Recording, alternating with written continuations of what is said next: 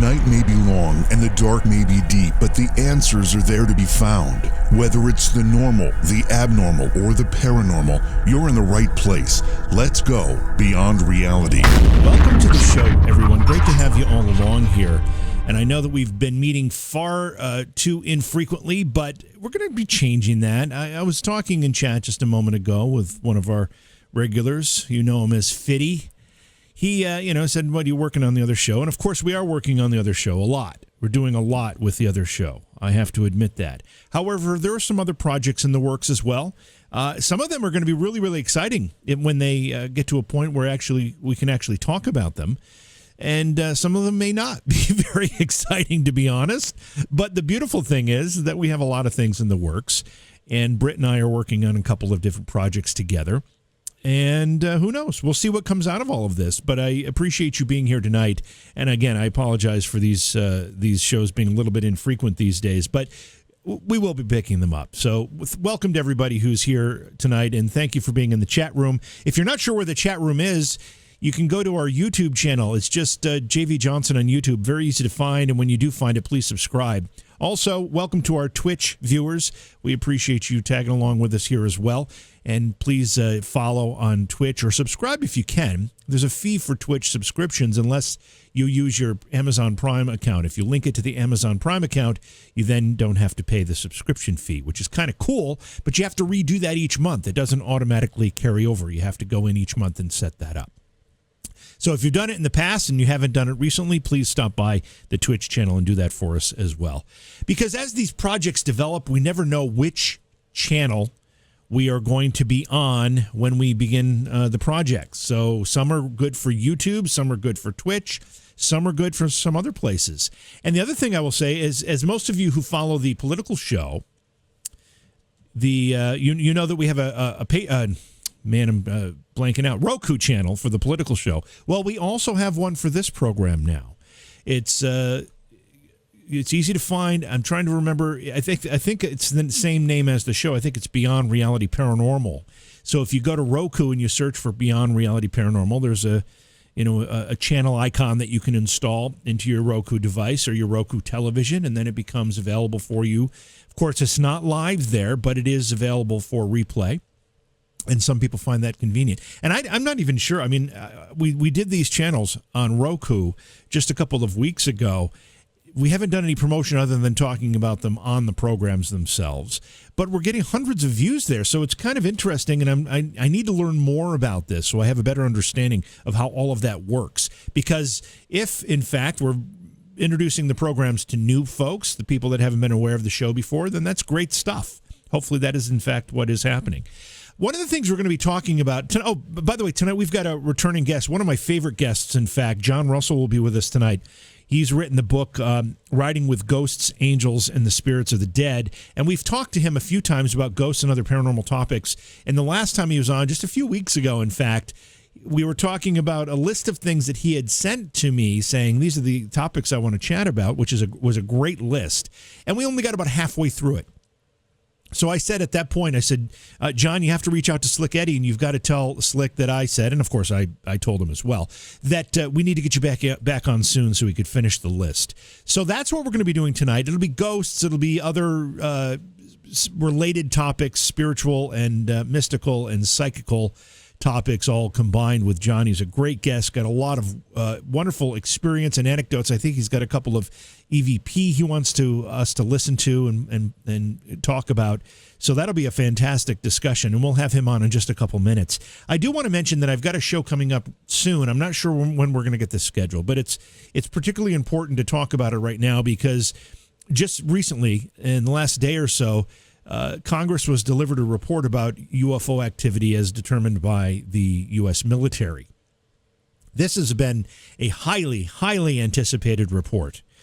Preliminary discussion is that this report is somewhat inconclusive, and I guess we'll see as more details come out.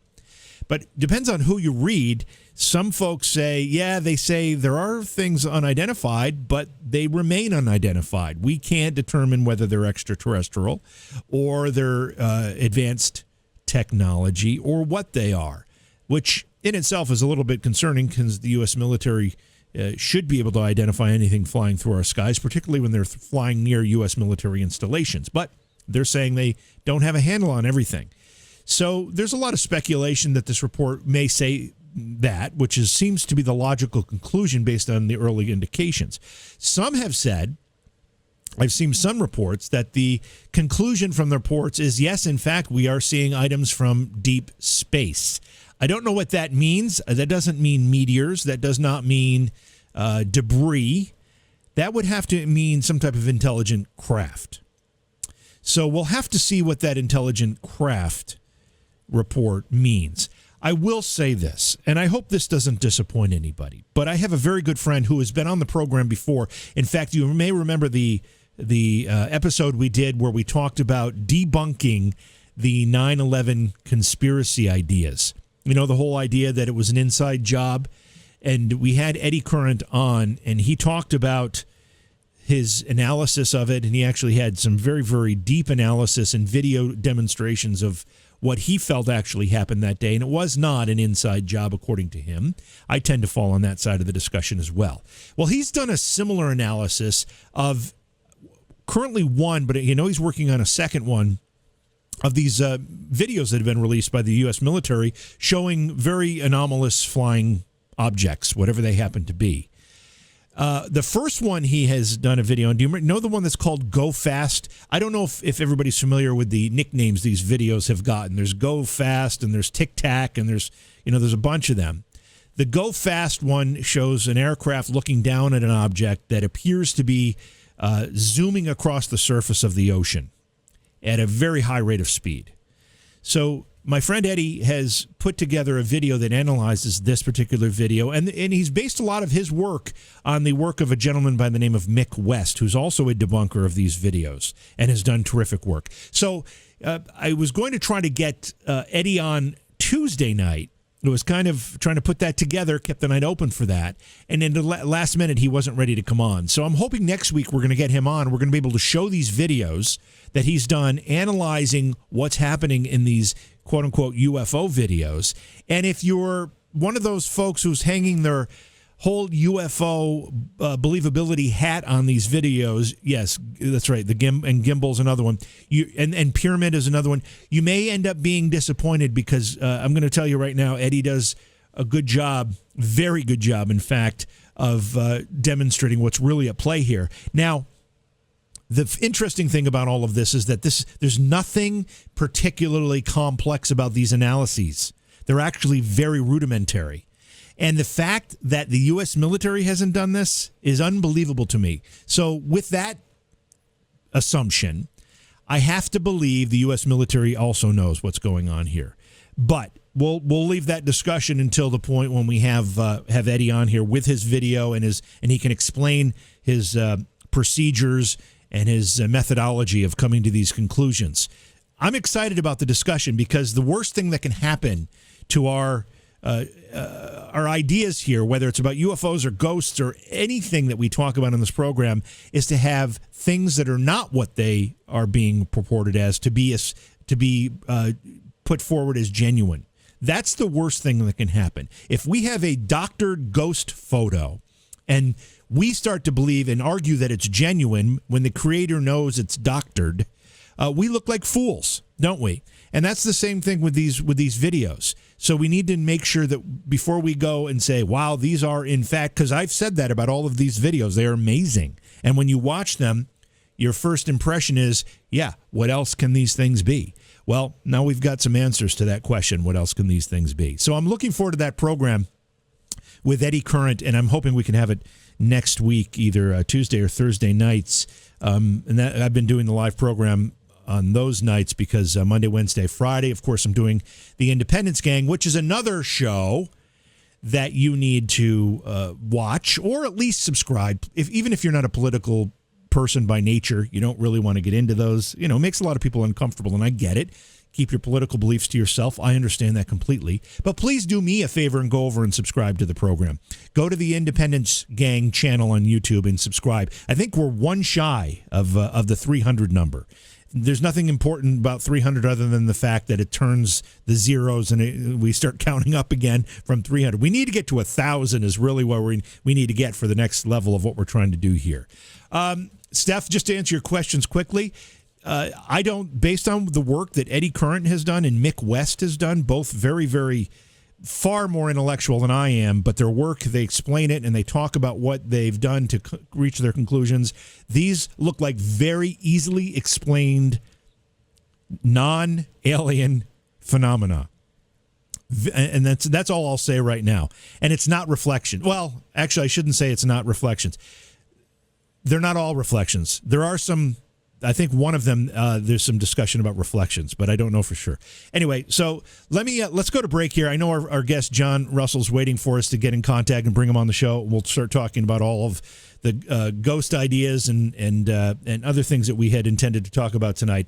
And we'll save the UFO discussion for, although I might get John's opinion on it, but we'll save the UFO discussion for another night because, like I said, we'll have Eddie Curran on to talk about that. So let's go to break. Let's get our guest ready to go. It's Beyond Reality. Don't go away. It is a great program tonight, all about ghosts. We're going to have a great discussion. Hey, it's JV here. You know I've asked for your support in the past, and I'm going to do it again because it's really, really important. And there are a couple of ways you can support the show, and it's so inexpensive. Now, you can go to Patreon, and you can become a Patreon supporter, and we really, really encourage that. But there's also another way. If you look at the description of the podcast, if you're a podcast listener, and you scroll down to the bottom, there's a way to support the show directly through the podcast app. And it's only 99 cents a month. It's less than $1. You probably have that change in your couch right now. That $1 a month, less than $1, goes a long way in helping us produce this program, provide great interviews for you during the course of the week. I thank you in advance because the support is so important to the program. It's Beyond Reality. I'm your host, JV. Thank you for joining us tonight. Looking forward to a great discussion.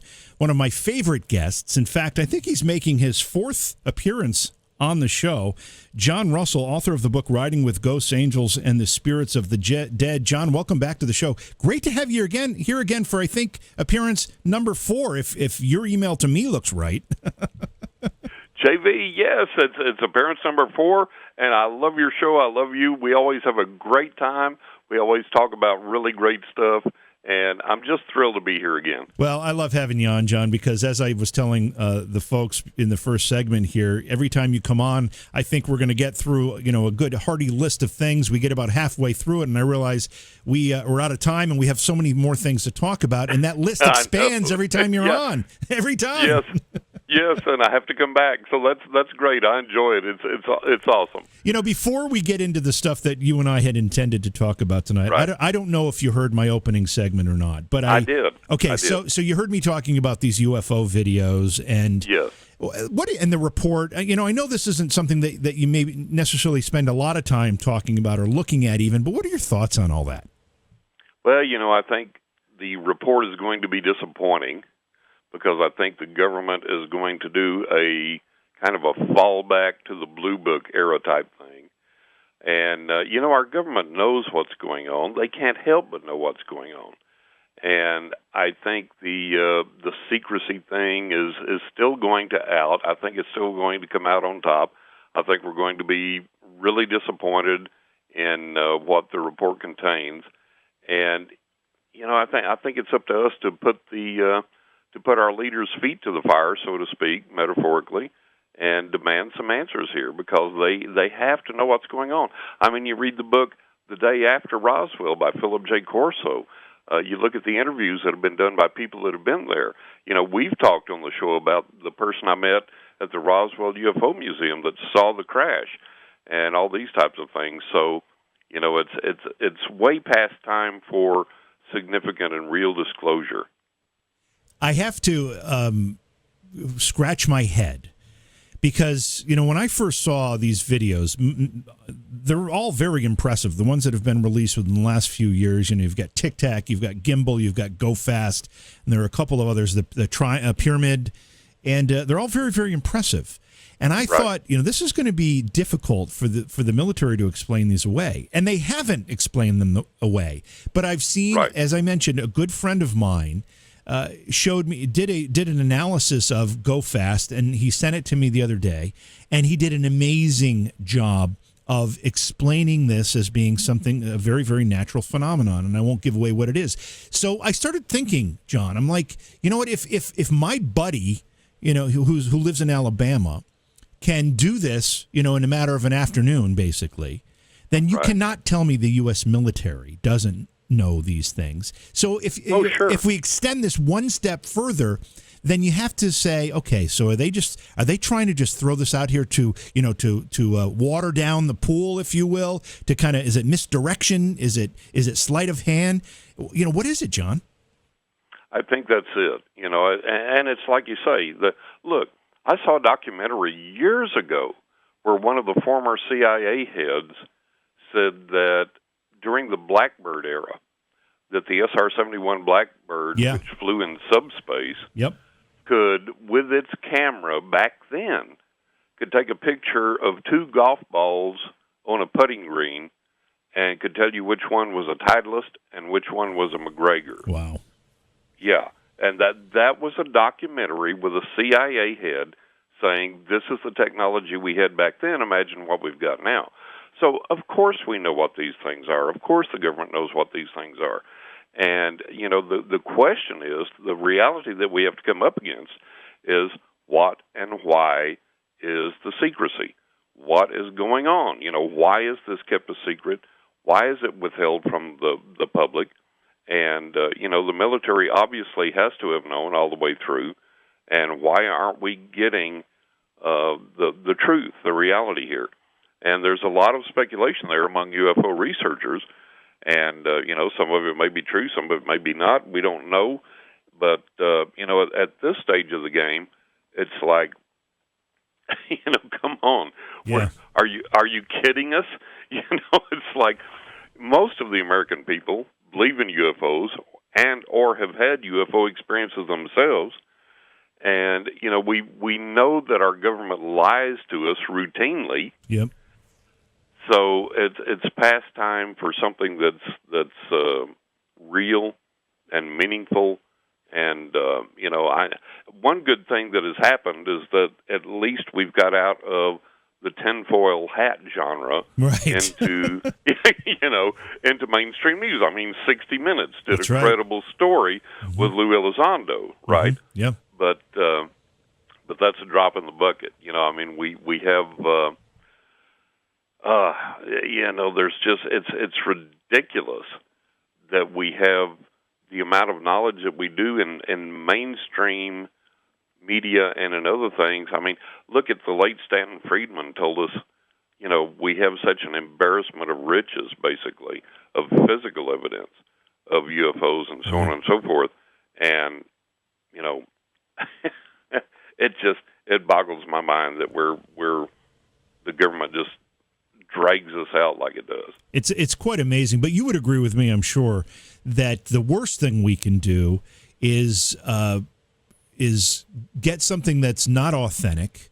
You know, whether one of these videos or all of them are actually, you know, very explainable and rational, you know, objects that we can't be, if we start calling them UFO, it discredits everything. And this, you know, it'd be the same thing as a ghost photo. If somebody made a fake ghost photo and you and I went running around saying, look at this wonderful ghost photo, we would look foolish. Exactly. So we don't want that either, right? We don't want that either. We definitely want the reality. But I mean, look, going back for a long time, there have been realistic and verifiable and significant photos and videos. That's right. Of UFOs. That's right. And, you know, there are things that people cannot discredit. And we have to acknowledge that this has been going on for a long time. And, you know, for the government to continue to drag this out is absolutely the most ridiculous thing on the planet at this point. It's crazy. It's crazy. I mean, you can't, and, you can't help, John, but you have to, you know, I don't know how to say this without being ridiculous about it, but you can't help but conclude that it's a sleight of hand trick. They're dangling the shiny object over here while they're doing something else over here, on the other side. I mean, that's the only rational conclusion. That's the only rational conclusion to come to. And it's like, you know, people have all these ridiculous arguments about, well, we couldn't handle it. There would be this national panic. There would be this. There would be that. Baloney. Look, most people believe in UFOs. A lot of people have had UFO experiences, myself included. A lot of people have been abducted and have had abduction experiences. There have been credible books, credible documentaries produced, written by people with impeccable credentials that address these things. And, there's absolutely no way around it. At this stage of the game, we have to come to the point that we realize, look, it's real, it's there. We may not know exactly who or what it is, but we have to acknowledge that it is. And, we have to proceed from that point forward. And in doing that, we have to say, okay, we may not know who or what it is or what the intentions or purposes is, but there it is. The people know it. Many of the people have experienced it. Let's get on with the business of disclosing this, and then from there, let's figure out what we're going to do about the situation. Right. There's also been a bunch of articles recently, and I know Stephen Hawking actually talked about this early on, and I really did not intend this to be a UFO conversation, but I love what you're saying here. They were talking about the fact we better hope these aren't that type of visitations, because we are very vulnerable. If that kind of technology finds us, we are in trouble. We are in trouble. Yeah. Yes. Stephen Hawking said that when any superior technological species discovers another, the lesser technological species is in trouble. Yep. Paraphrasing Hawking, and he was absolutely correct. And this is our situation here. And I mean, look at I believe it was Contact in the Desert. There was an online presentation of that hosted by George Noory, and Giorgio Tsoukalos was on the panel, and I have the link to that. And Giorgio Tsoukalos said, "Look, I'm all for the Space Force, because let's assume these guys are benign. Okay, if they are benign, great. But what if there's a faction that aren't? Yeah, and we need a way to protect ourselves." And I think that's absolutely true. And you extrapolate from, life. There are good people, there are bad people, and so that has to extend into the universe. There have to be, if there are aliens, whatever they are, whoever they are, there have to be some that are sympathetic, there have to be some that are indifferent, there have to be some that are, malevolent. And so I think you prepare for that, you address that, and you find a way to protect yourself from that. And I think one of the things I wanted to tell you about, you had Rob Shelsky on your show, and MUFON investigator, and he made the most excellent point, and this is what I've been saying too. It's like he said, where is the story of someone lost in the woods? They're cold, they're freezing, they're hungry, and a UFO comes, shines a beam of light down, and leads them safely out of the woods. Where is that story? It doesn't exist. Right. And I think that's the keystone of this whole thing. We have all these abduction reports. We have all these PTSD reports. We have all these, cattle mutilation reports tied to UFOs. We have all these horrendous experiences, but we don't have that, the UFO came and saved me. The UFO came and helped me. The UFO came and healed me. We don't find those reports. And I think that's what we have to look at in this scenario. Yeah, it's telling. It's telling, and it's a bit concerning. I want to try to make a transition here and a segue from this UFO conversation into one of the topics that we intended to talk about tonight, and that's the idea of guardian angels. And the connection here, John, is that a lot of people think that any type of this anomalous activity we're seeing in the skies is not creatures from another planet, in high technology-driven spacecraft, but in fact something far more spiritual, maybe angels, maybe interdimensional. But let's make the connection here between some of these stories and these ideas with angels and guardian angels. Do you see these ideas overlapping at all? I don't. I think the UFOs are something entirely different, because in my experience and in my contact and my experience with the other side, I've experienced UFOs, up close and personal, daylight encounters in the presence of witnesses, and I've experienced guardian angels, and the two do not overlap. I have not been able to extrapolate one to the other. To me, it's like, they're entirely separate things. Is a guardian angel a special kind of angel, or is that just what we call an angel who either decides or is assigned to watch over us, guide us, protect us? I think that there are angels that we do get in our lives that are assigned to watch over us, protect us, and help us if we will listen, if we will, pay attention to that guidance and pay attention to that help. And I believe that there are literally beings that are literally like that, yes. And does everyone have the benefit of either a guardian angel or angels that may intervene at some point in their lives, including people who may be, I don't know, let me use the cliche. Did Hitler have a guardian angel?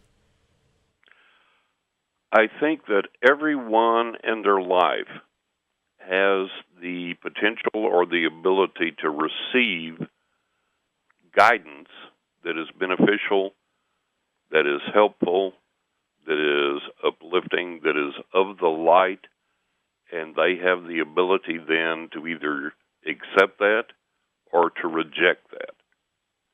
So I think that everyone has that opportunity, and then whether they, everybody, we talk about conscience, our conscience hurting us, our conscience getting the best of us. And I think that obviously people have the ability to go against their conscience and to do things that are against what their conscience would dictate. So I believe everyone has that capability to accept or listen to that guidance from the other side and either accept or reject it. So that pesky free will thing can mess things up for people. Yep, absolutely, absolutely. Because we do have free will, we do have choice. And it's just like in any scenario in life when someone comes to you and says, okay, you can do this or do that, well, I'm going to do this. And you make that choice.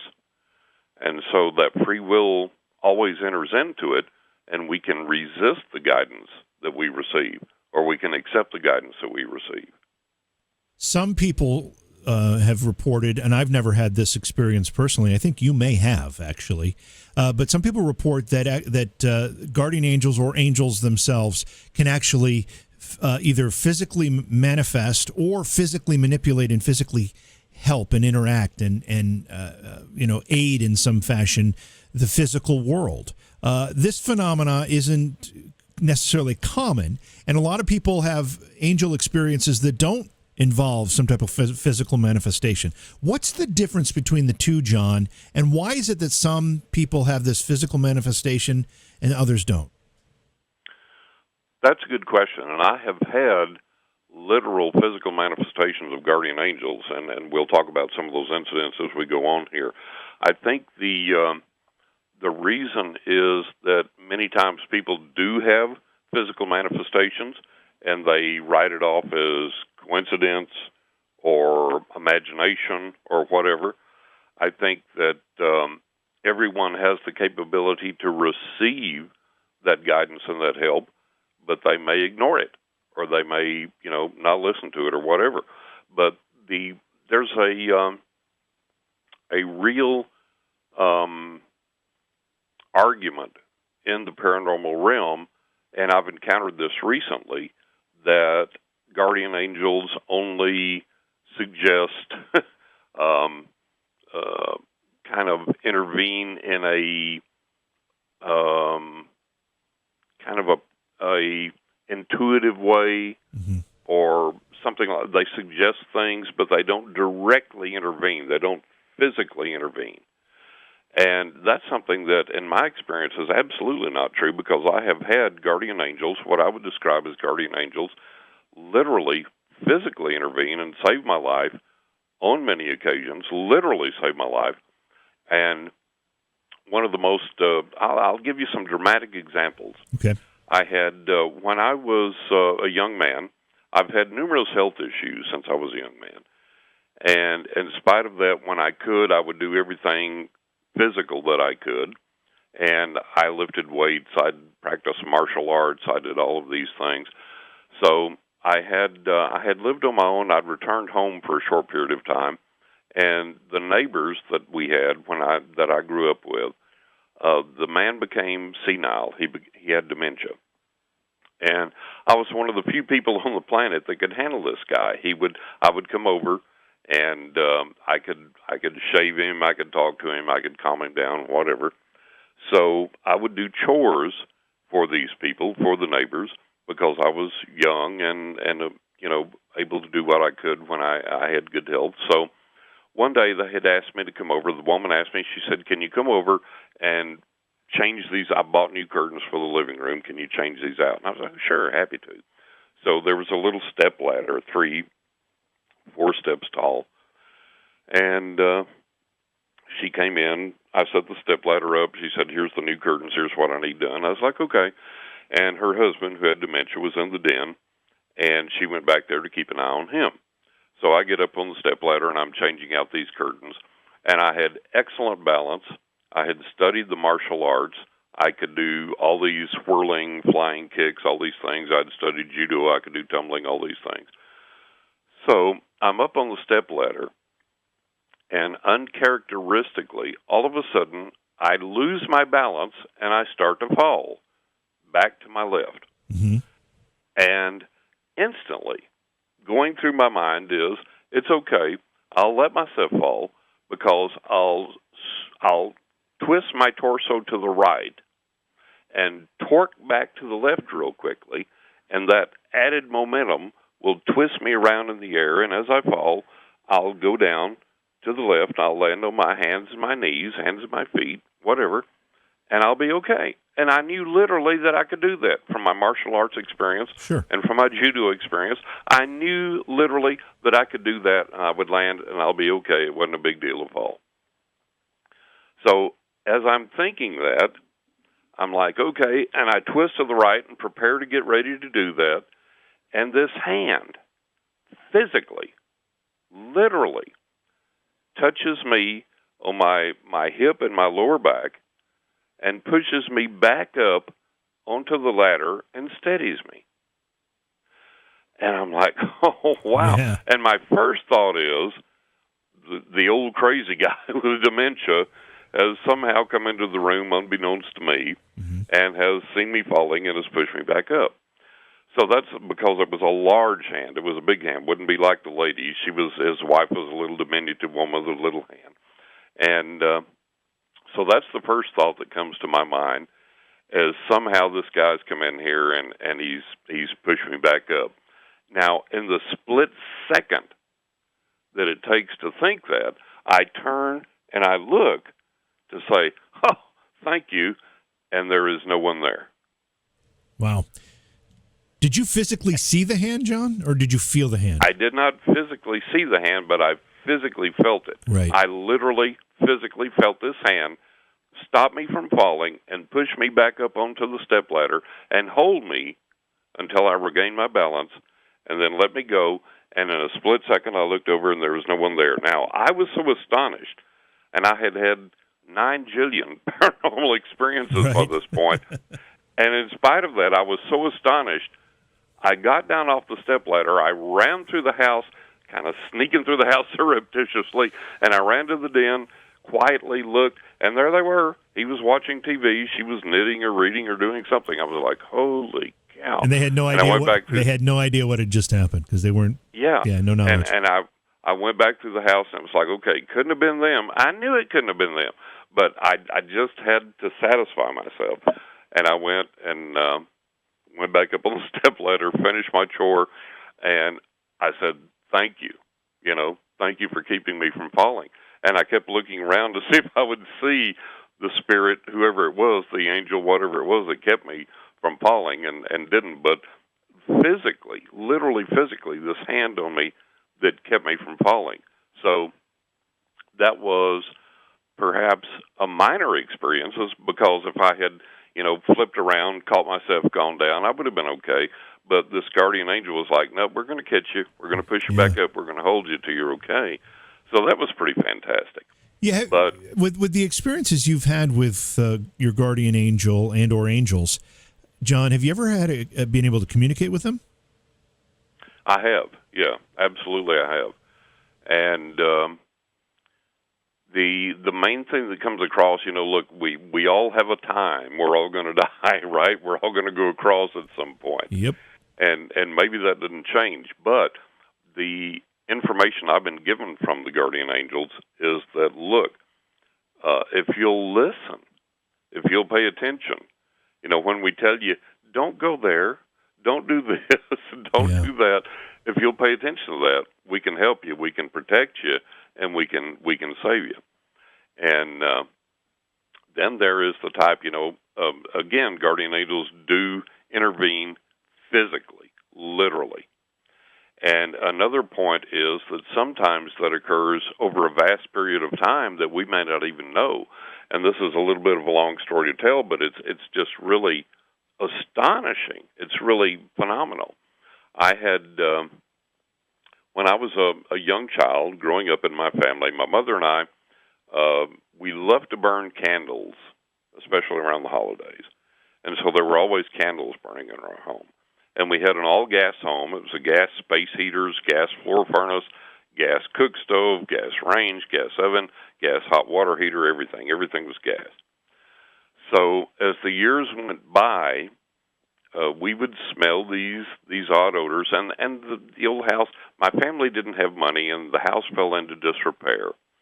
And there were these aromas that we presumed were maybe plumbing odors, plumbing problems, because the plumbing underneath the house was in disrepair. We didn't have the money to repair it, and on and on and on. So we would smell these aromas over the year, and we kind of chalked them up to, well, maybe it's the pipes leaking underneath the house. There's a crawl space underneath the house. And so for all these years, we smelled this. So I moved out and then came back home. My sister and I both moved back home after we had both divorced, and kind of came back home ostensibly to take care of my mom, who was failing. Excuse me. And I think both my sister and I kind of needed some respite from what we had gone through, and a little shelter. You can give me some shelter, shelter from the world. Yeah, so we moved back home. And in moving back home, I was staying in the bedroom where my father had basically died. And I always have loved candles, incense, all these types of things. So there was always candles going and incense going, an open flame. And my sister, before my mother died, we would have these little small dinner parties, and we would have like little seances, prayer meetings, whatever you want to call them. And we would have, we would cook with the gas range, the oven going, all this stuff. We heated with space heaters, the floor furnace, all these things. So all these years, there were all these open flames going, right? Yeah. So my mother died, and I came home one day, and I was sitting there, and it was a sunny day, and I was watching a news story on TV. And I used to, when my mother died, we kept the house pretty warm because of her illness, and she was chilly and whatever. And when my mother died, I would leave out, and I would turn off maybe all of the space heaters, and then come home in the evening and light everything up to warm up the house because I wasn't as cold or whatever. And so I came home, lit up the space heaters, and I had a wall heater in my bathroom in the bedroom there. And I was sitting in my recliner watching a news story I was really interested in. And the sun was shining through this. It was in the winter, and the tree was bare of leaves, and the branches cast a shadow on my bed over there by my recliner as I'm watching TV. And I'm watching TV, and I see this motionless movement, and I think, oh, that's just the branches, the sun casting the shadow of the branches and whatever. And I keep seeing this, and I finally look over. There's something that catches my eye, and I look over, and in the bathroom wall heater, there is a tongue of flame shooting out 8 to 10 inches. Oh, jeez. Yes, from the inlet pipe to the space heater. And for a second, I'm like, whoa, wait, what the hell am I seeing here? And I get up and I walk over and I look, and this flame is shooting. Now, the grates are burning. The heater is burning, but this flame is shooting out of the inlet pipe, and there's a crack in the inlet pipe. And this flame is shooting out 18 inches. And I'm like, oh, my God. And I reach down, I turn off the space heater, and the grates go out. The flame goes out there, and the tongue of flame keeps burning out of that crack in the inlet pipe. And I'm like, oh, my God, the house is going to blow sky high, and I'm going to die. Yeah. So I run to the phone. I call the gas company. I tell them what's going on. What should I do? They say, do you have a wrench? Do you know where the gas meter is? And I was mechanical. I've been mechanical my whole life, so I had a lot of tools. I said, yeah, I've got a wrench. I know where the gas heater is, or the meter is. Right. And they said, go turn the meter off, and we'll send an emergency crew out right away. I said, okay. So I go turn the meter off. I came back in, and I half expected for some reason the flame to still be burning out of the inlet pipe, but it was out, and I was like, oh, thank God, okay. So about this time, the gas company pulls up, and it's getting to be twilight. So he comes out, and he goes, where's your gas meter? And I said, well, you just drove by it. It's there in the alley. He pulled up in the alley behind my house. We had an alley behind our house. And he said, okay. So he said, let me get my meter out and start checking things. So he gets out his handheld gas detection meter, and he turns it on, and it immediately pegs and screams, and the needle pegs. Oh, wow. And he's like, what in the world? And he turns it off. He turns it back on. The same thing happens, and he literally whacks it, right? He hits it, and he goes, this darn thing. He said, this thing must be broken. He said, I don't understand this. So we start walking toward the house, and he periodically turns the meter on and off, and every time it squeals and the needle pegs. And we get up to the house, and he goes, do you smell that? And I'm like, what? He said, don't you smell this gas? I'm like, well, no, not really. And he goes, my God. He said, and we walk inside the house. He turns the needle on, it pegs, and it squeals. And he goes, the meter's not wrong. It's not malfunctioning.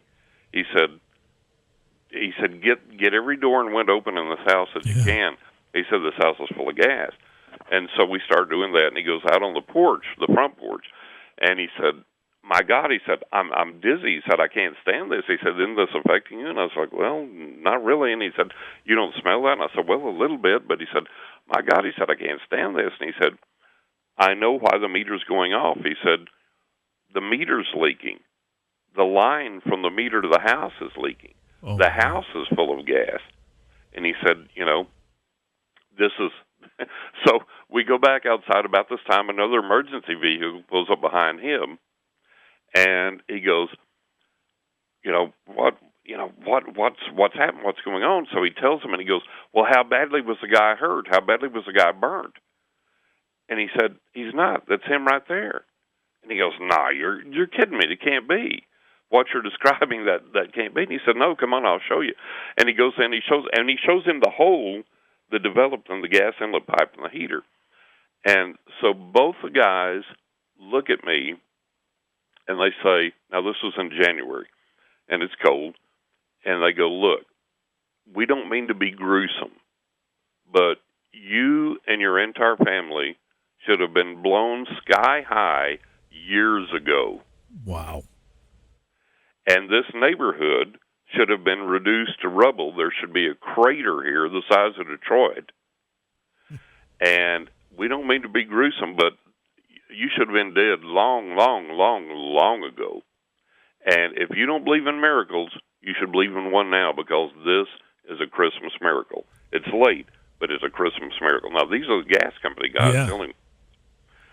So my sister calls me, and she goes, hey, she said, you want Kentucky Fried Chicken for dinner? I was like, you can't believe how timely your call is. And I explained to her what happened. I said, we have no means to cook. And so I tell her, yeah. And we had one of these old push-button light switches in the old house. And when you push it, it sparks. And the gas company guys couldn't believe that I had used that to turn on the lights. There wasn't an explosion. I used the rotary phone, the old dial phone, and there wasn't an explosion because that produces sparks. They couldn't believe that. And so they told me, they said, okay, we're going to have to, keep the gas shut off. We're going to have to pull the meter. It's the wrong size meter for the house anyways. We're going to have to pull the meter, cap it off. You're going to have to get a plumber out, redo all this stuff, and then we'll come in and expect put a new meter in, and so on and so forth. It's like, okay. So the next day, we get a hold of a plumber. I go to work. I come home for lunch. My sister tells me that the plumbers have come to her and said, I'm quoting them, they said there were 17 major gas leaks. Wow. All of these years. And they said there's a test they do. Think of a blood pressure cuff, and you pump it up and it goes down, the mercury falls. There's a test that they do, and what they do is they hook up a high-pressure gauge to the gas line, and they pump up the pressure, and they open it up, and however long it takes that meter to fall, they know how severe the leak is. So they explained that they would pump up the pressure, open that up, and immediately, the gauge would plummet to zero. That's how bad the leak was. Jeez. And they found 17 major leaks. The meter leaked. The gas line into the house leaked. All of the appliances leaked. Everything under the house leaked. There were 17 major, according to them, major gas leaks. And they said, we don't understand. This didn't occur overnight. These leaks had to have occurred over a period of years and years and years. Why is this house still standing? Why are you not all blown to kingdom coming back? And, how have you managed to survive? We just don't get it. And so the moral of that story is that for all of these years, these guardian angels had literally been saving us, been protecting us, been keeping us from being blown to kingdom come, and watching over us physically through all of this, all of these leaks, all of this time. So, guardian angels not only intervene in an immediate moment, but they will intervene over a period of time and watch over you. So that was one of the more dramatic moments we had. And then, as I discuss in my book, Riding with Ghost Angels and the Spirits of the Dead, I was going down the interstate, on a pleasure ride on my motorcycle, and I heard this voice say, John, move into the far left lane. Well, here in Florida, and we've discussed this before, but here in Florida, in the right lane, the speed limit's 70, and people go 80, 85, 90. Yeah. In the middle lane, it's faster than that. And in the left lane, people imagine they're training for the Daytona 500. So I'm riding along. I'm tooling along. It's a beautiful, clear day. I'm enjoying the scenery. I'm enjoying the sunshine. I'm just happy to be alive and be on the bike. I've been a biker since I was 15. And I'm riding along, just enjoying myself. And I get this voice, and it says, John, first it doesn't say John. It just says, moving to the far left lane. I'm like, guys, I don't want to move into the far left lane. I'm having a good time here. I'm lollygagging along. I'm looking at the scenery. It's a great day. To get over there through this heavy traffic on the interstate, I'm going to have to do some mighty tall riding. And I don't want to do that. Yeah. And then they say, John, move into the far left lane now. And I'm like, okay, I know better than to argue with that. So I'm throttle on, throttle off, upshift, downshift, bob and weave and lean and all this, and I get through the traffic. I get into the far left lane. I'm riding at a much higher speed than I want to be because I just want to lollygag and relax and enjoy. Yeah. I'm far below my high-speed riding capability, but this isn't what I want to be doing. I'm like, okay, I'm here now, what? And a split second later, where I was in the right lane, this guy somehow hits a car hits him, something happens. He's spinning around in his car in that lane and faces the wrong way on the interstate. And as he's spinning around, I look over, and my eyes actually make contact as he's spinning. And he spins around facing the wrong way. There's detritus blowing across the interstate, like bumpers and hubcaps and stuff just flying across like shrapnel, and I'm dodging that. And I start to stop, and I look back, but cars are already stopping, avoiding him, avoiding the wreck. And I know people are going to call the the highway patrol, everything's going to be okay, so I keep going. But the point of it is, if I hadn't listened, I would be right in the middle of that wreck. I would have hit him. A bunch of cars would have hit me. I'd be dead. I'd be telling you now what it's like to be on the other side. That's right. Instead of speculating about it. And so, guardian angels do actually physically intervene and save our lives. And the point is, you have to listen, number one, and then when you listen, you have to do what you're told, which I did. I said, okay, I get it. I'll move over. And as I did so, it saved my life. Now, with that, there are going to be people who say, well, I had this wreck, or I had this accident, or I had this thing. Where was my guardian angel? Right. It's like, were you listening? Number one, were you listening? Number two, if you were listening, did you do what you were told? You go back to stories of serial killer victims that have escaped. And a lot of them will tell you, I had this feeling not to go down this road, or not to go to this place, or not to go to this store. I had this feeling, but I ignored it, So we have to listen to what we're told, and we have to obey what we're told. And, everybody has a time. We're all going to die no matter what happens. But on the way, we have to understand that guardian angels do literally, physically intervene for us and help us if we will listen, if we will pay attention. I've had folks on the program, and of course these are somewhat commonly shared stories.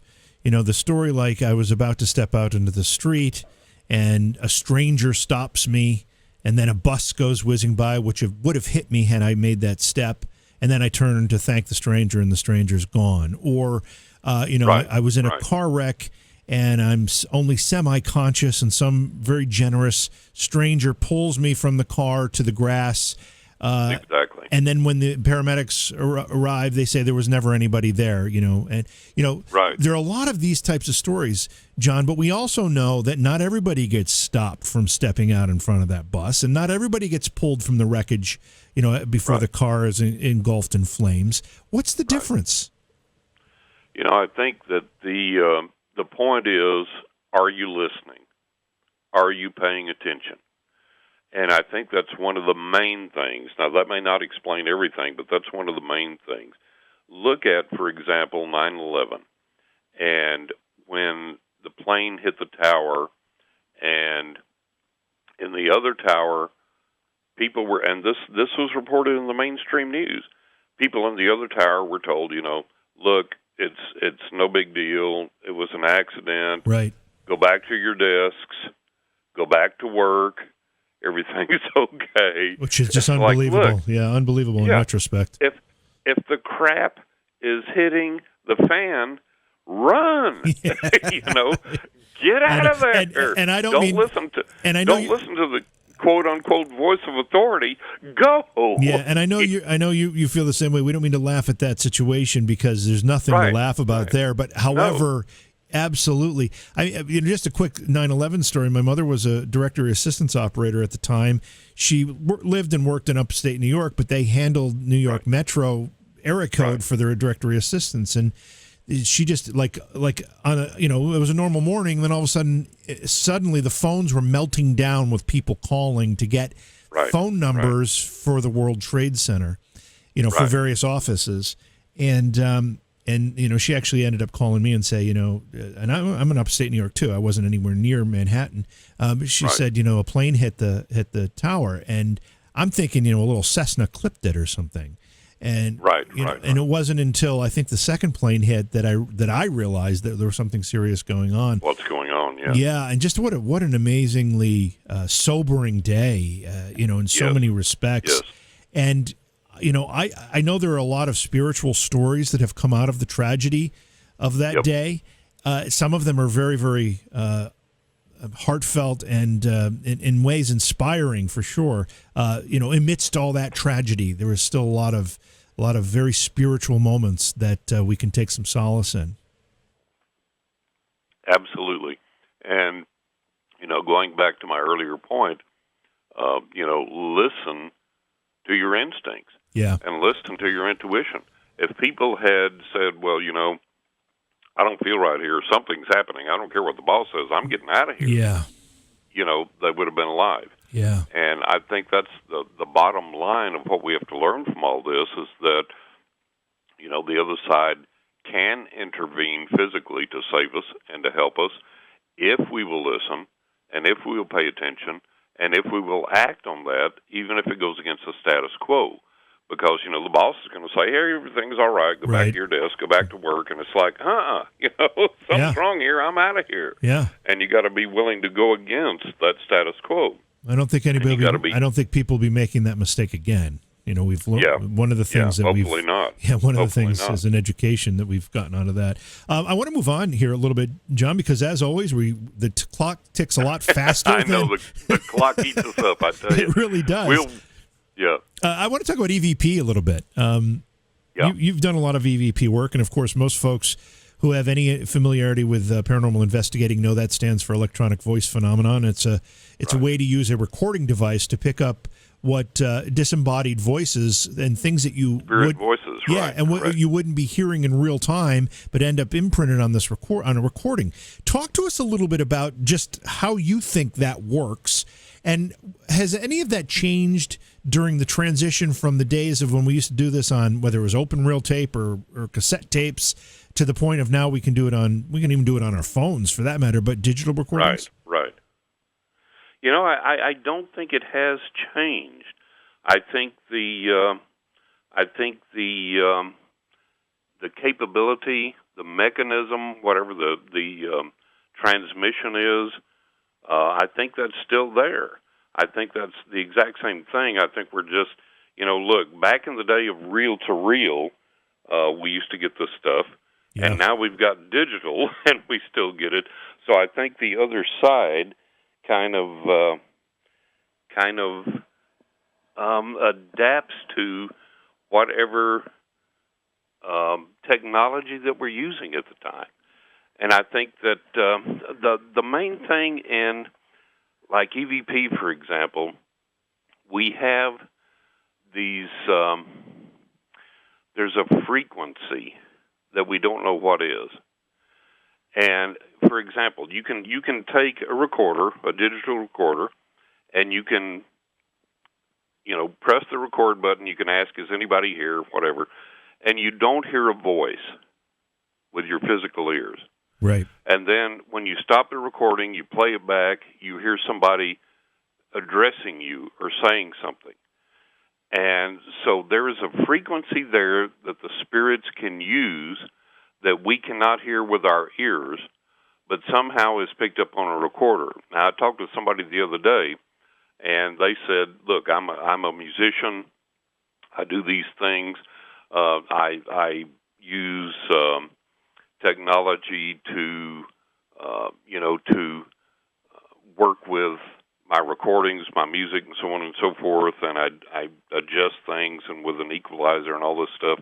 And they said, in EVP, I have never been able to find the frequency that these voices are on.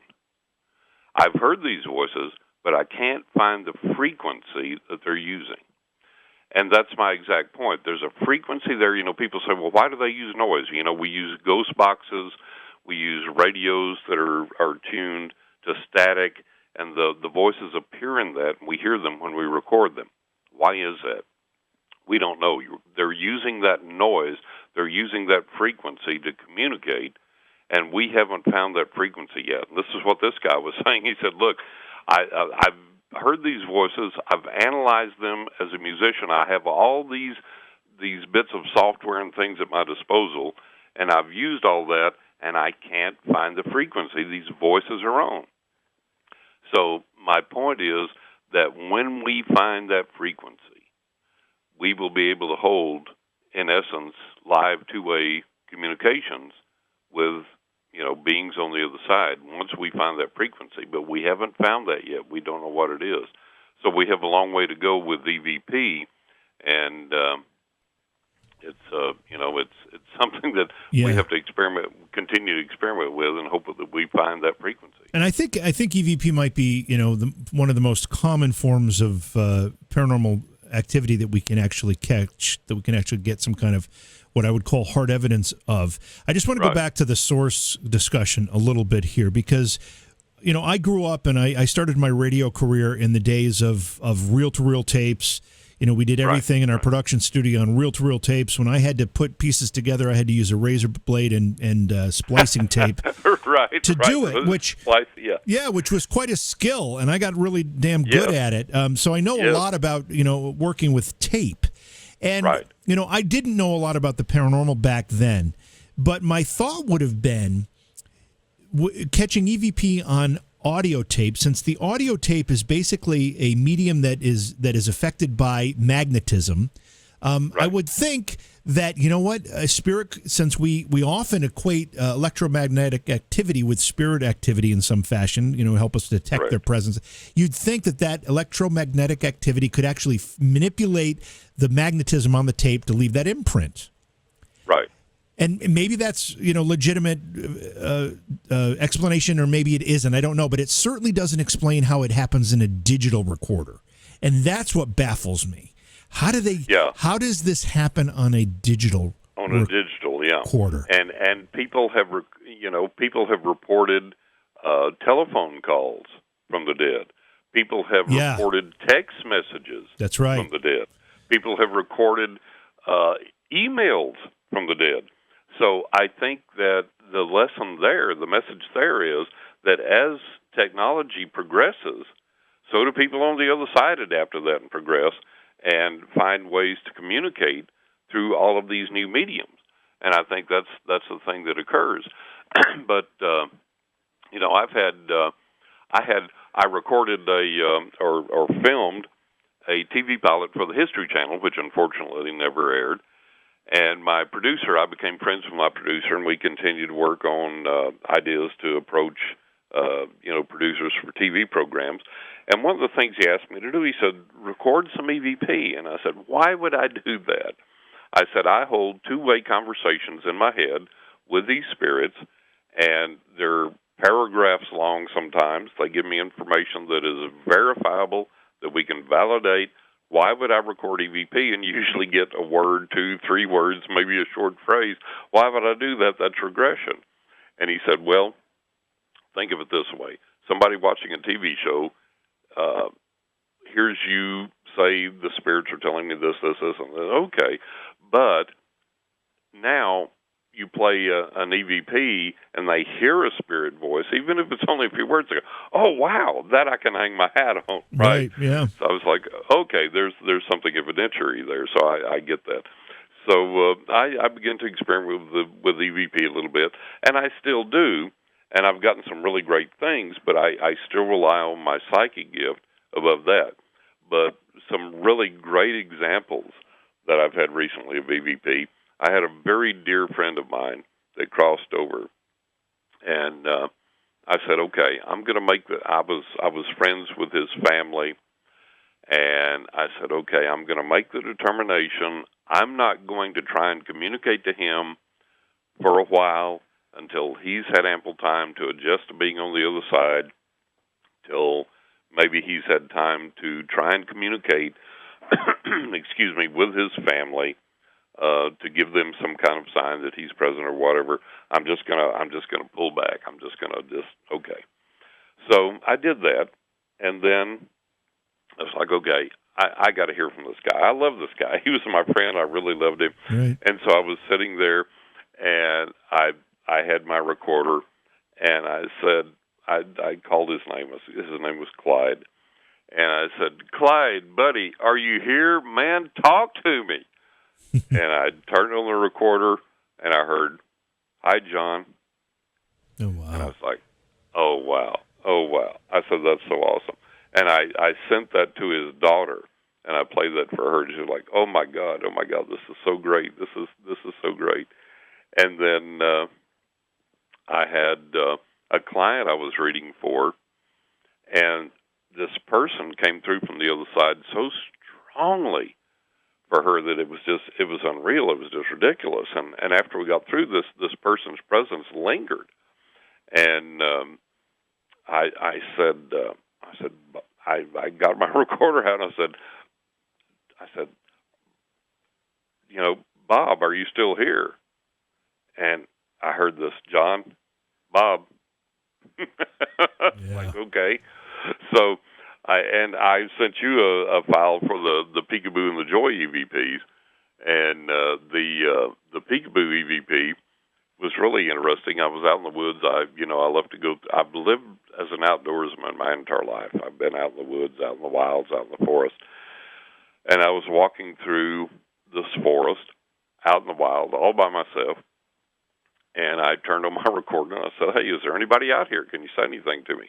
And I got this voice, and it's a Class A voice. You can hear it very clearly. And the EVP I sent you, it's Peekaboo. And it's like, okay, we see you, Peekaboo. Yeah. We know you're here. We're talking to you. And so we get these voices very clearly that are evidence of spirit voices on the other side, of entities on the other side that speak to us. And are they proof of life after death? I choose to believe that they are. And the question always comes up, how do we know that someone or something on the other side isn't imitating a person or spoofing us? Well, there we go back to areas of faith. Yeah. We have to think that, okay, if we hear something that sounds like someone, their voice is identifiable as their timbre, their inflections, everything. We kind of have to hang our hat on that, and it does become a matter of faith. And we say, okay, yeah, it could be spoofed, it could be somebody or something on the other side imitating it, but there's so many of these things that, it makes more sense to believe that it is that person trying to communicate with us, trying to come back with us. So that's ultimately what we have to hang our hat on. I'm going to play the EVP you were just talking about, the Peekaboo one. Now it's about, I think it's about 2 seconds long, this clip here. Right. And there's always a lot of background noise. That's part of the problem with trying to analyze these. Sure. The ambient noise is there. Yes. So you have to kind of listen through the ambient noise. I'm going to play it twice back to back, and then I'll let you talk about it a little bit more, and and maybe we'll play it again after that. But here it is, and I think it's because it wasn't labeled Peekaboo, John. I think this is the one you're talking about. So let's play it. I'm going to play it twice back to back. Sure.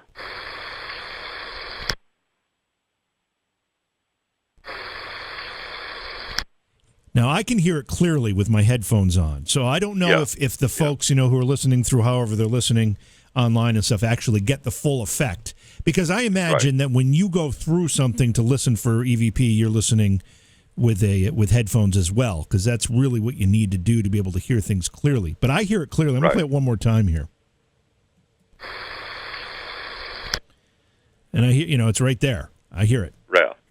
Now, the great thing about the Peekaboo EVP is that on the digital recorder that I recorded this on, you can hear this clearly without headphones directly from the digital recorder. And I played this for a friend of mine. I said, "Hey, you want to hear a spirit voice?" And he was like, "What? Come on!" And I played it, and his eyes bugged out. I mean, it was really phenomenal. I mean, the recording is absolutely, totally crystal clear when played in its original capture from the digital recorder. So that was one of the most phenomenal things.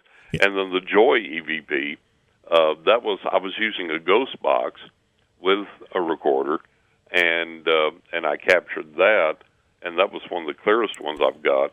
The Joy one. Yeah, I have that one here too. So when I listened to this before the show, I think I heard like some radio announcer or something. Yeah, and then I hear you from the ghost box. And then I hear you talking, right? Right, and then we hear the EVP. The spirit says Joy. Yeah. Okay, so I'm going to play that. I'm going to do it back to back. Here we go. Play it twice. Hi, I'm Lauren. Can you tell me your name?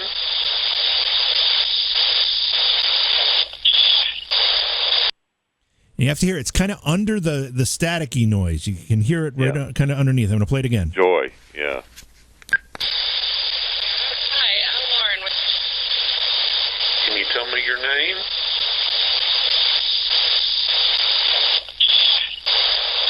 It's like joy. Joy, yeah, and Yeah. you hear it very clearly. Yeah. Again, with the headphones on, I think I have a much an advantage here. Right. But it's there. It's definitely there. And I have to say that I tend to be the biggest skeptic in the room, even though this is kind of my business. It's what I've been doing for a very long time. Right. And when I go on an investigation, it has to be an impressive bit of evidence for me to be impressed. And Yes. I have caught some EVP that have floored me, John. Yeah. I don't have any of them ready to play or anything like that, but I truly have. I mean, this is a real legitimate way to get some kind of evidence. Exactly. Yeah, there's absolute evidence of something happening there. There is a rich history of EVP, and most people think it goes to Rodiv, and it doesn't. It goes back way before him. I discovered a book that discusses the history of EVP, and it has a long, rich history, and there are many great evidentiary communications from the other side with EVP, and it's something that the average person can do and obtain evidence from. So that's one of the things you can do. And then if we have time, we can move on to healing real quick if we have time for that. Yeah, I mean, let's do that, because I just happen to notice we're kind of already in extended time here, but at the same time, I know. At the same time, we've only gotten through 2 of the items of the 7 that you and I wanted to talk about tonight. I know. So yeah, let's extend a little here. Let's talk about healing. Okay. The wonderful thing about healing, there was a client that called me one time. I read worldwide for a worldwide clientele. I do my psychic readings.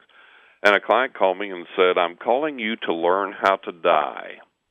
What an odd thing to say. Wow. Yeah. Yeah, I was like, wow. I said, and all the years that I have read professionally, I have never had anybody open a conversation with me like that.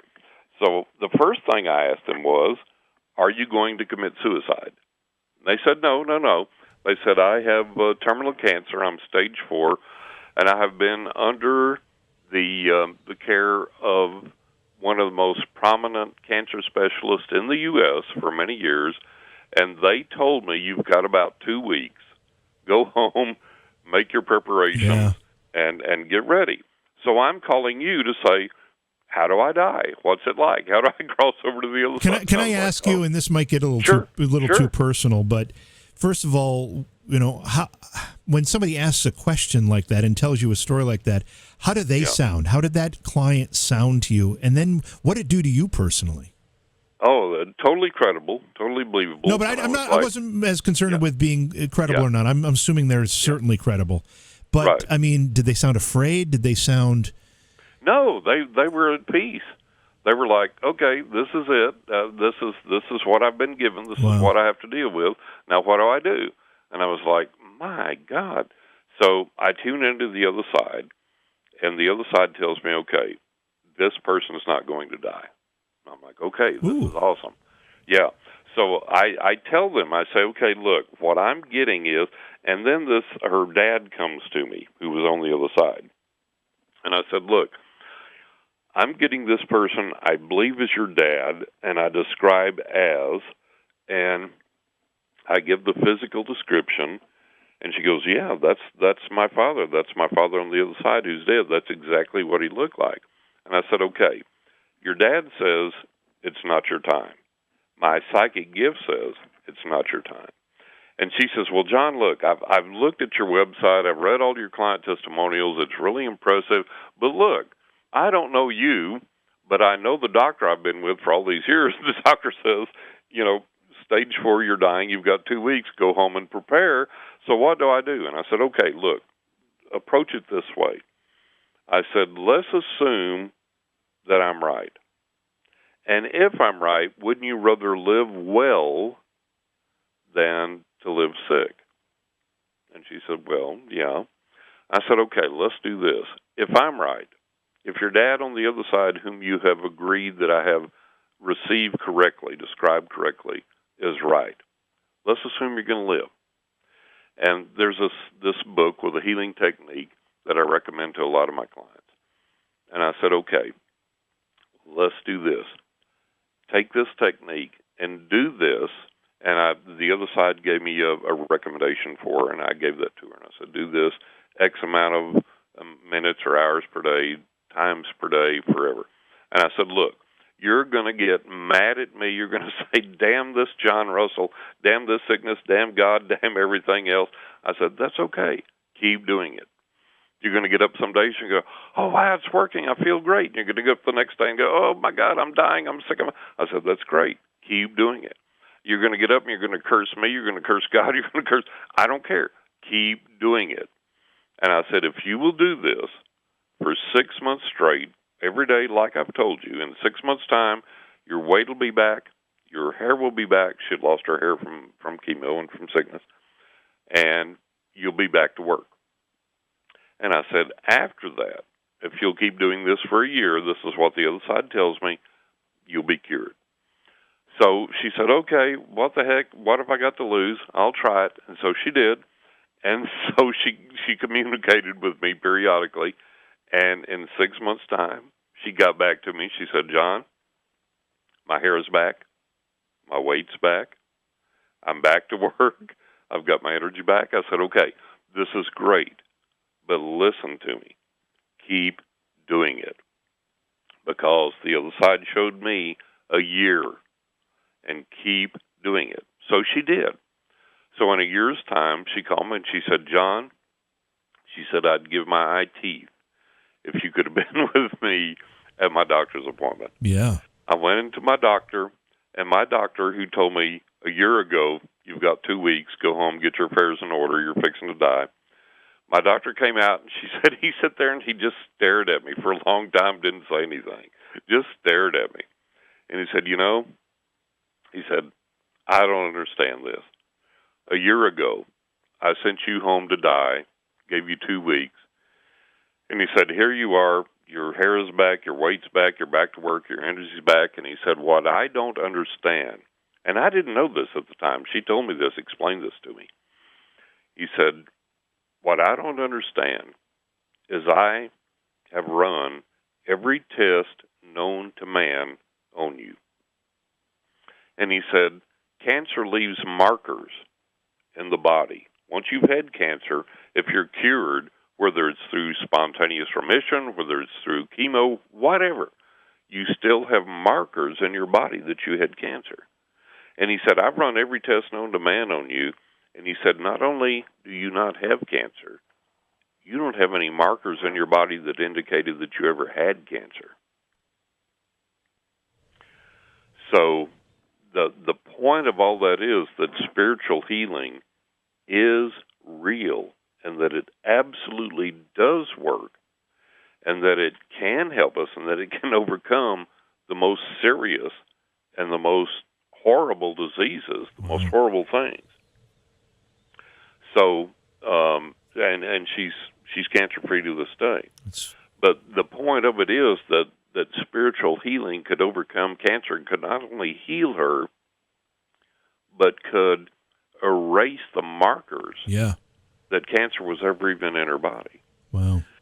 And then I had a friend of mine, I used to take the bus, and there was a long story there, but for a time I didn't have a car and I had to take the bus, and there was this guy that would get on the bus, and he had had back surgery. I've never known anybody that ever got better from back surgery, ever. I know. And this guy was no exception, and he had an upper torso brace with a cane, and he would get on, and he had the back surgery, and he would hobble around. And so we became friends. We kind of talked, and he would come sit down in front of me when I was on the bus. And so when he would turn around, the bus would get going. After we got through talking, I would take my hands and I would transmit healing energy to him. Excuse me, I'm sorry. Through the seat to his back. And I would do this every single time he was on the bus. And he would see me come sit down. I'd see him come sit down. We'd talk. And when he turned around, I'd transmit the healing energy. So one day, in just a week or two, the bus driver pulls over, stops for the bus. Here's this guy. He gets on. He doesn't have his brace on. He's still using the cane, but he doesn't have his brace on. He gets on the bus, and he's moving really spryly, and the bus driver goes, "Wow, look at you! What happened?" He says, "Man, I'm really doing great." And everybody's like, "Look at you! What happened?" And he said, "I don't know." He said, "My doctor told me." He said, "I have never seen anyone recover from back surgery this quickly, this well." He said, "I don't know what's happened." And so I was like, okay, we can transmit this healing energy to others, and it does work. It does help them. So we have to be aware that the paranormal is a physical reality, and it does help people, and we can help people with this. And the other quick example I'll give you, I had this drinking buddy of mine I lived with for a while before I moved up to New York, one of my best friends on the planet, and we would go to this bar we loved. And we knew all the people there. They were mostly young college kids working their way through college, being working waiters and waitresses, whatever. And so with this one gal we knew, we were sitting there at the bar drinking. She came up to the bar and she plopped down and she goes, "My God," she said, "look at my lip." And it looked like a goiter on her lip. And she had got this fever blister, this cold sore. And everybody knows you get a big, severe fever blister, cold sore, even with medication, it takes a week or two to go away, right? Yeah. She had just got this thing, and it was like gigantic. It was huge. She was like, "Look at me, I'm like a monster." I was like, "Oh my God." So I said, "Listen, can I do something?" She goes, "What are you talking about?" I said, "Listen, let me just transmit some healing energy to this. Can I do that?" She was like, "Yeah, sure, whatever." So here in the middle of this crowded bar, crowded restaurant, I take my finger, I rev up this energy. I get about a half inch away from her fever blister, and I start sending energy into this thing. So I get done. I said, "Do you feel anything?" She said, "Yeah, it kind of got hot and it kind of tingled."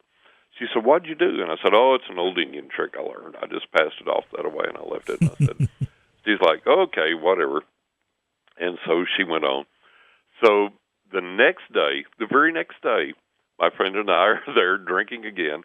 And she comes in for her shift. She runs over to me. She goes, "My God, look at my lip."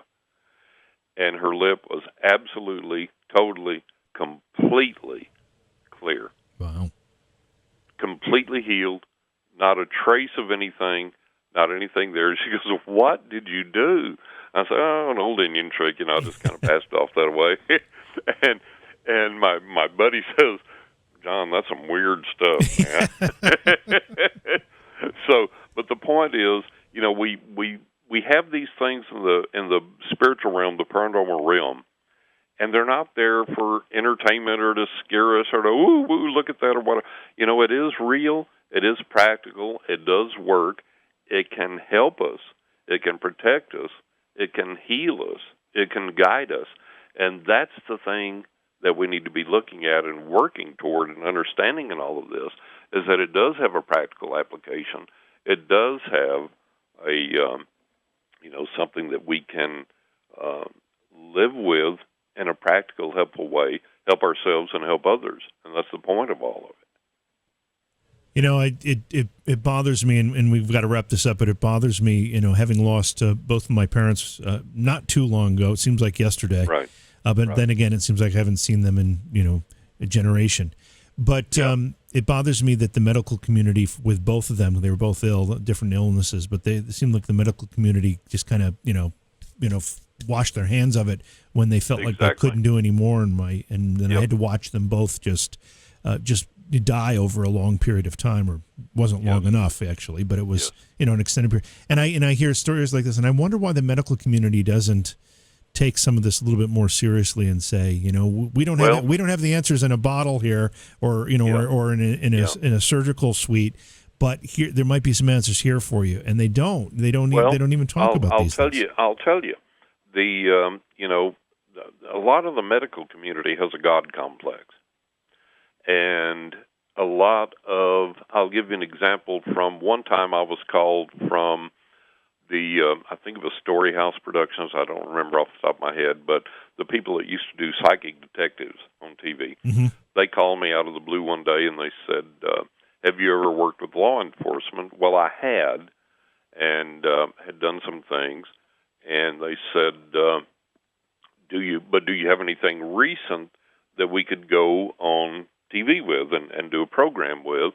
And I said, no, I don't. They said, well, would you, if we could contact some law enforcement people that would be willing to work with you and we could film this, would you be willing to do that? And I said, absolutely. So we got to talking, and I got to talking about the show Psychic Detectives that they had done. I said, look, let me ask you a question. I said, I have watched Psychic Detectives, and I said, you have had psychics on there that have been incredible, remarkable, super accurate.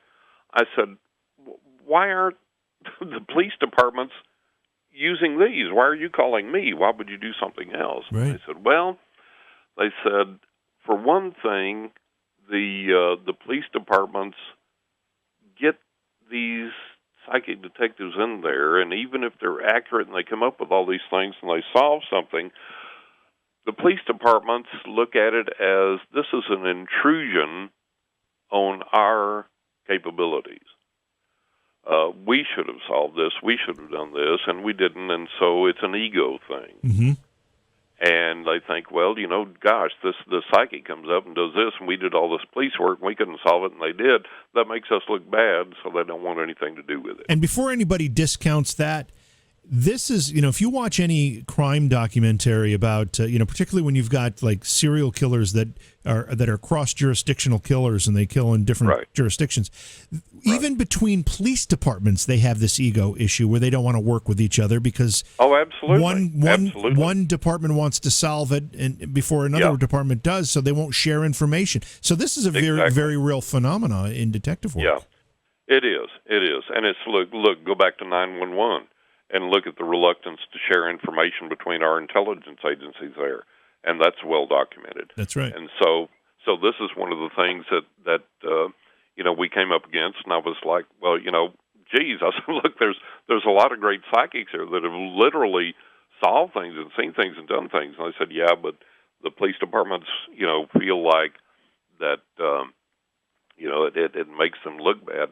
So that's the thing that we encounter with the medical community, the intelligence community, with everything else, is that, okay, there's something outside of my training and my expertise and my ability that can do this, but it makes me look bad in the process, and so I don't want to deal with it, or it's outside of my belief system. For example, one of the documentaries I saw about remote viewing, all these other types of things, they said there were people in Congress that were devout Christians that said, "Oh, well, this is evil. This is satanic.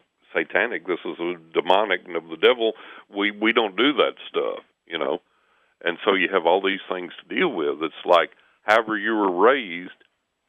If you were raised Christian, if you were raised Buddhist, if you were raised, whatever, that's the colored glasses that you wear, that you view the world through. That's right.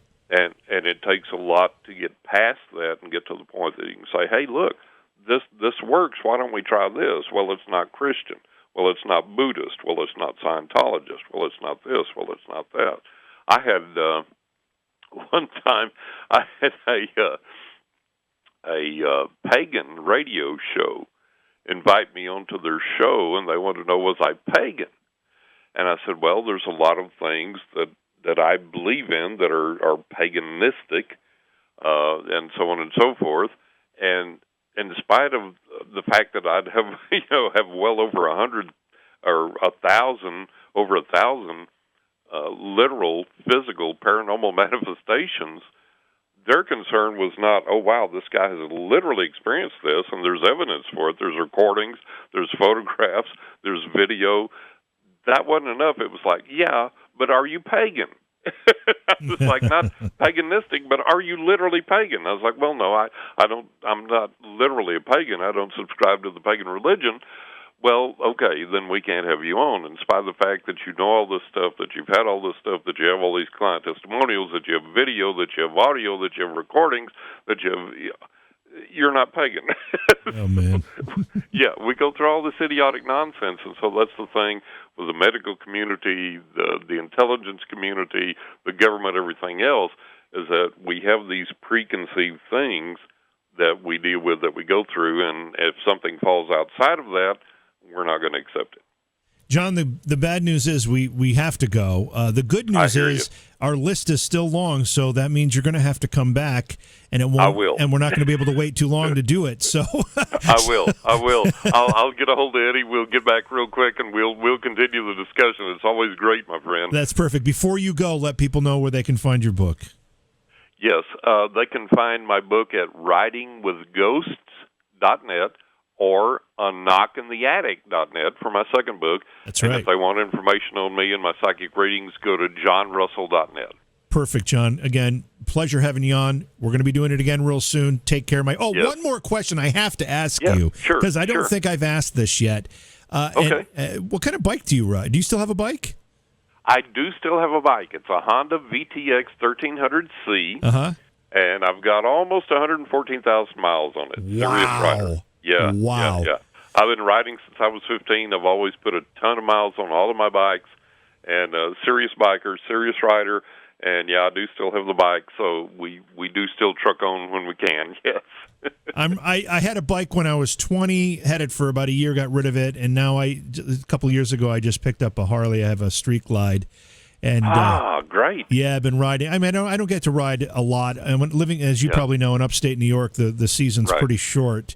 Then even during the season, it looks gorgeous one day, and an hour later it starts to rain, and you just have to. Right. It's very difficult. Right. But I'm starting to get into it myself and enjoying it for sure. Good on you. Good on you. Get out when you can, man. That's a living. Yeah. Again, John, thanks for being here. Look forward to doing it again real soon. Absolutely. Me too. I'll contact Eddie. We'll get back to it soon. Beyond Reality Paranormal is hosted by J.V. Johnson and produced by Orion Palmer and Slick Eddie Edwards. Like us on Facebook and subscribe to our YouTube channel. Please consider supporting the program either through your podcast platform, click on the link in the description, or on Patreon at Joha Productions. If you'd like to be a guest on Beyond Reality Paranormal, or you have a recommendation for a guest, contact our producer, Slick Eddie Edwards. Eddie is spelled with a Y at slickeddieedwards@gmail.com.